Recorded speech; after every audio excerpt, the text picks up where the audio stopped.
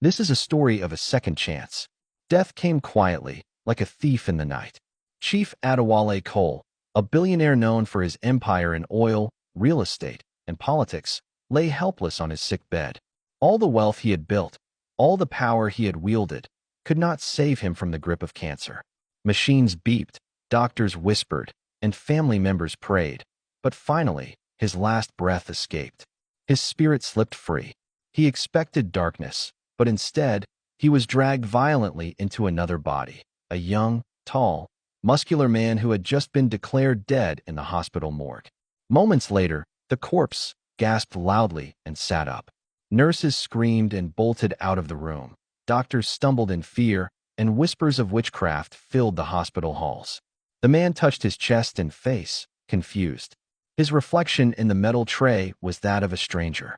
Yet his mind was full of memories, not of this body, but of his old life as a billionaire. He didn't know who this young man was, but he knew something. He was not supposed to be here. Soon, a woman rushed in, weeping with joy.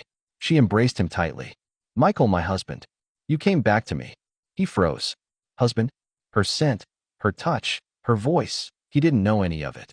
But in this body, she believed him to be her husband, Michael, a man who had just been mourned. Inside, Adewale was troubled. He would need time to study this strange second life, this strange wife, and the strange fate that had befallen him. Memories of his billionaire mansion haunted him. He decided to find his way back. When he finally traced the route, standing before the iron gates of his palatial estate, his heart almost stopped. The first to welcome him was his old pet dog, who wagged its tail wildly and leapt on him with excitement. The animal recognized him, spirit beyond flesh.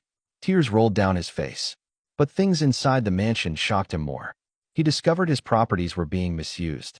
His wife, now widowed, and his trusted driver had grown close. Together, they were squandering his wealth. Knowing he could not walk in as himself, he devised a plan. He disguised and applied for a job as a driver in his own house. His wife, thinking him a mere stranger with some resemblance to Michael, hired him. From the shadows, he watched.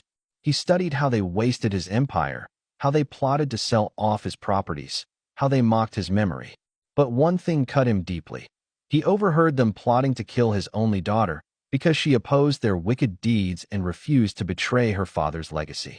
Step by step, the billionaire-turned-driver unraveled their schemes.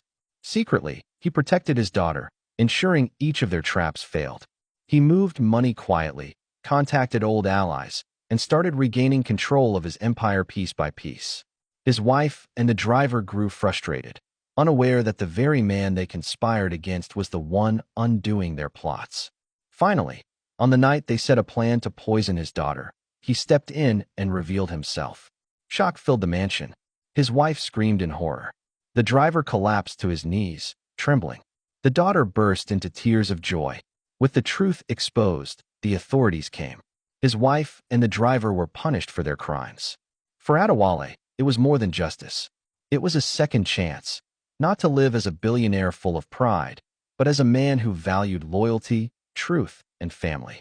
This time, he would rebuild his empire differently. And this time, he would protect the things money could never buy. Kindly click on the subscribe button below for more videos like this.